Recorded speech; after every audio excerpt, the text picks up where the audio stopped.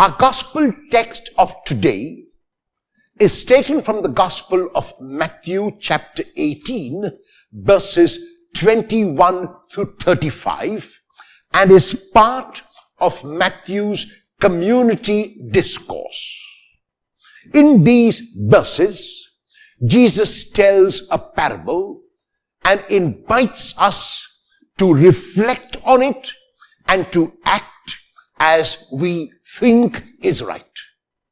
And the parable is about two debtors.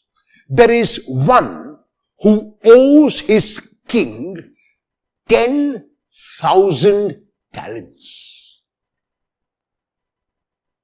The word 10,000 talents is such an enormous amount that it is unimaginable.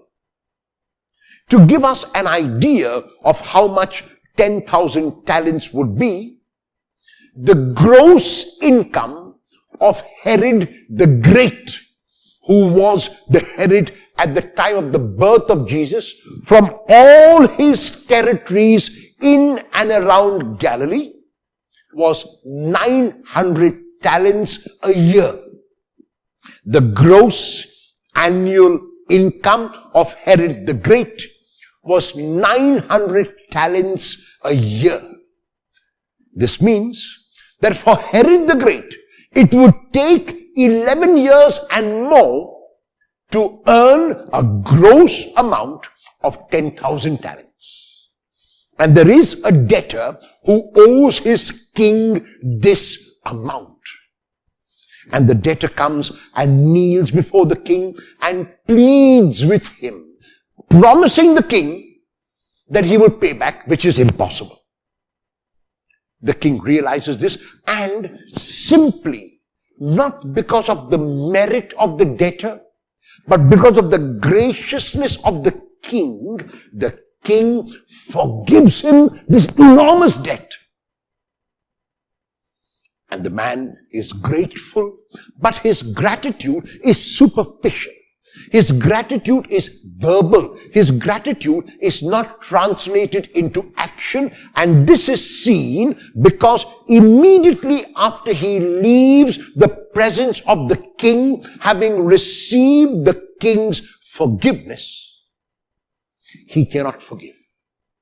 He meets another who owes him a measly 200 denarii. When 200 denarii is compared with 10,000 talents, 200 denarii is so insignificant. Yet, the one who was forgiven 10,000 talents will not let go. He catches his own servant by the throat and refuses to forgive him, refuses to forgive the debt, refuses to give time to the fellow servant to pay. He had pleaded with his king.